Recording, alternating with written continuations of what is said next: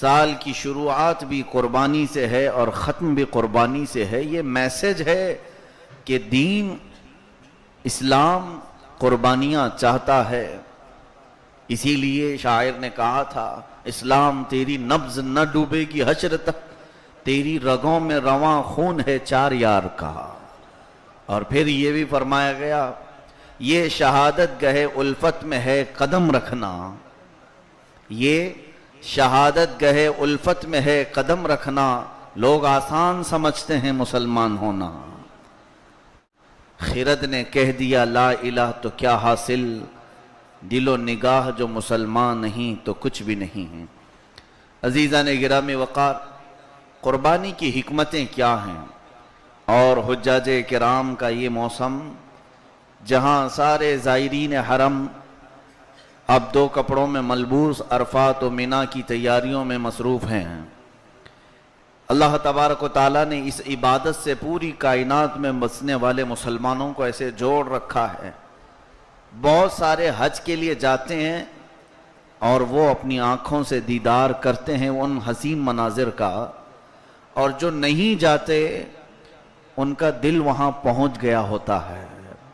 ان دنوں میں وہ مناظر ان کی آنکھوں میں رقص کرتے رہتے ہیں. بیٹھے بیٹھے کبھی نہ کبھی دماغ میں یہ گونج پڑی جاتی ہے لبیک اللہم لبیک. میں یہاں قربانیوں کا ذکر کر رہا ہوں. پہلے میں یہ عرض کر دوں قربانی کس لیے اور اصل قربانی ہے کیا چیز. ایک جانور خریدنا، بکرا ہو، بیل ہو، اونٹ ہو، یا کوئی جس کی شریعت نے حکم دی ہے، ان جانوروں کو لانا اپنے پیسوں سے اور اس کو قربان کر دینا اور اس کے گوشت کو بانٹ دینا، خود کھا لینا، رشتہ داروں میں تقسیم کرنا، اسی کا معنی قربانی. ہم اس ظاہری معنی تک ہی محدود ہیں.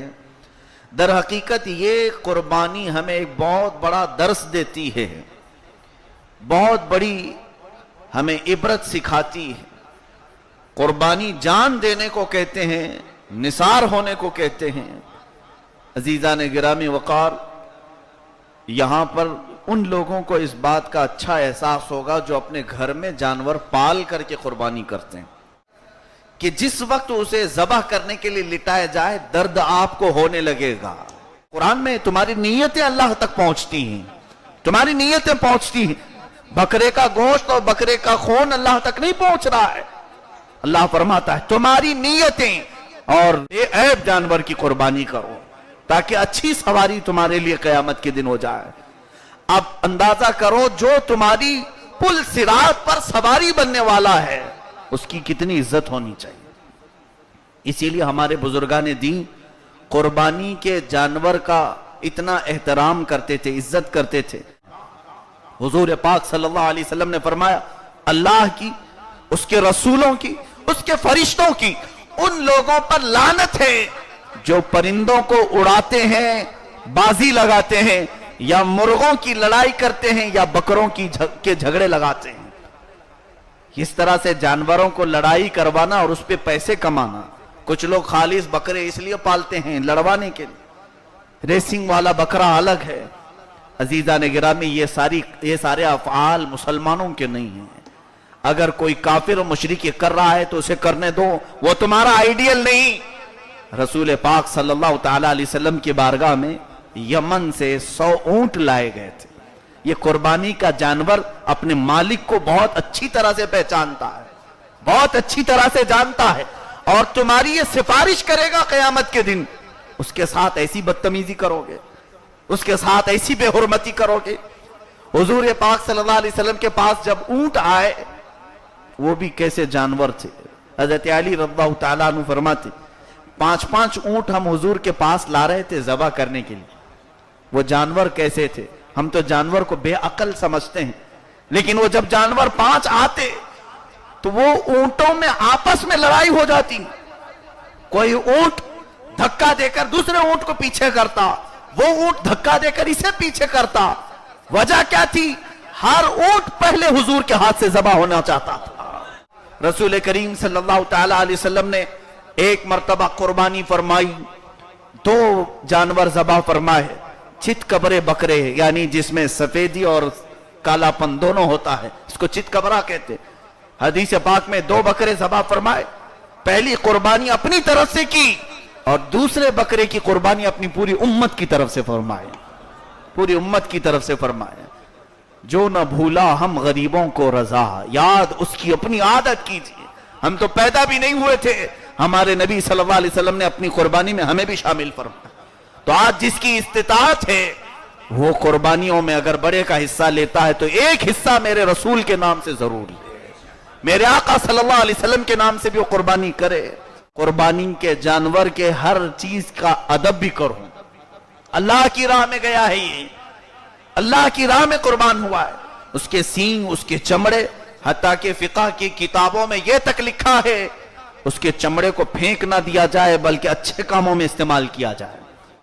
ये तमाम चीजें तो हमने यकसर खत्म कर दी और यही सारी चीजें हैं जो आज गैरों को हमारी तरफ उंगली उठाने का मौका मिला। मैं यहां पर उन तमाम बुरी बातों से रोकना चाहूंगा जो नालियों में, सड़कों पर, गटरों पर जानवरों के फजलात फेंके जाते हैं। उसके लिए अगर म्यूनिसिपैलिटी इंतजाम करती है तो उसका आप भरपूर इस्तेमाल करें और उनके चमड़ों का भी अदब करें। सींग और खुर को भी गटर नालियों में न फेंकें, बल्कि उसको अगर म्यूनिसिपैलिटी की गाड़ी ले जाकर किसी जगह डंप करती है तो ठीक है, और दफन करने की हमारे यहां अगर जगह नहीं है तो हम इस हालत में मजबूर हैं डाल दें। ये तमाम आदाब जब तक कुर्बानी के हमारे अंदर ना आएंगे, कुर्बानी के फायदे हमें नहीं मिलेंगे, कुर्बानी की जो बरकतें हैं वो नहीं मिलेंगी। साथ ही आखिरी बातों में ये भी अर्ज करूंगा, कुर्बानी का गोश्त यकीनन हम सब बड़े शौक से खाते हैं, लेकिन इसमें सबसे पहला हिस्सा उन गुरबा और मसाकीन का है। और किसी गरीब को गोश्त नहीं पहुंचा तो सारे लोगों की कुर्बानी मशकूक हो जाएगी, मुअल्लक हो जाएगी। एक बेवा या एक यतीम गोश्त लेने से रह गया और उसके दिल से दुख भरी आवाज रब तक पहुंच गई तो सारों की कुर्बानी बीच में लटका दी जाएगी, कबूलियत के मकाम पर नहीं पहुंचेगी। इसलिए सबसे पहला हिस्सा है उन लोगों को तलाशो और उन तक पहुंचाओ। और आप तो साल भर गोश्त खाते ही रहते हैं, कौन है हम में जो नहीं गोश्त खाता है? सब खाते हैं। अगर कुर्बानी का गोश्त उन फुकरा और मसाकीन तक पहुंच जाता है। और एक बात मैंने ये भी पढ़ा, कई फरिश्ते आजमाइश के लिए उतरते हैं कि इसके दिल में खैरात का जज्बा है या नहीं। फरिश्ते गोश्त नहीं खाते, कोई चीज उनको जरूरत नहीं, फकत आजमाने के लिए। इसलिए किसी के साथ बुरा बर्ताव ना करें, जितना हो सकता है वो गोश्त जरूर अता करें, और नहीं है तो कोई बात नहीं। और कुछ लोगों की आदत ये कि चर्बी, हड्डियां, छीतड़े सब अलग रखें ताकि ये गरीबों को देने के लिए। मुआज़ल्लाह रब्बिल आलमीन। एक बात याद रखो, गरीब और फकीर को जो चीज दी जाती है, मेरा रब फरमाता है वो फकीर लेता है, दर हकीकत हाथ मेरा होता है। तुम देखो तुम्हारे रब को तुम क्या दे रहे हो। यह हदीस पाक में बनी आदम जो खैरात करता है फकीर को, सामने फकीर होता है, दस्ते कुदरत अल्लाह का होता है। मैं लेता हूं उसकी खैरात को और मैं पालता हूं उसकी खैरात को, रब फरमाता है। तुम सोचो कि तुम अपने रब को क्या दे रहे हो। इस चीज का हमेशा मैं खैरात के मामलात में भी इसको बयान करता आया हूं। अल्लाह की बारगाह में देने वाली चीजें अच्छी हो, हाँ हमारे खाने के लिए अगर कमतर भी रह गई तो कोई हरज नहीं। इन तमाम चीजों का ख्याल रखें, कुर्बानी की बरकतें जरूर मिलेंगी। लेकिन ज़बह के वक्त इस साल ये नीयत जरूर करना कि ऐ खालिक़े अर्ज़ो समा, ऐ खल्लाक़े कौनो मकान, मेरे अंदर जितनी बुरी आदतें हैं मैं इस कुर्बानी में उसे ज़बह कर रहा हूं। इंशाअल्लाह ये नीयत तुम्हारी रब तक पहुंचेगी।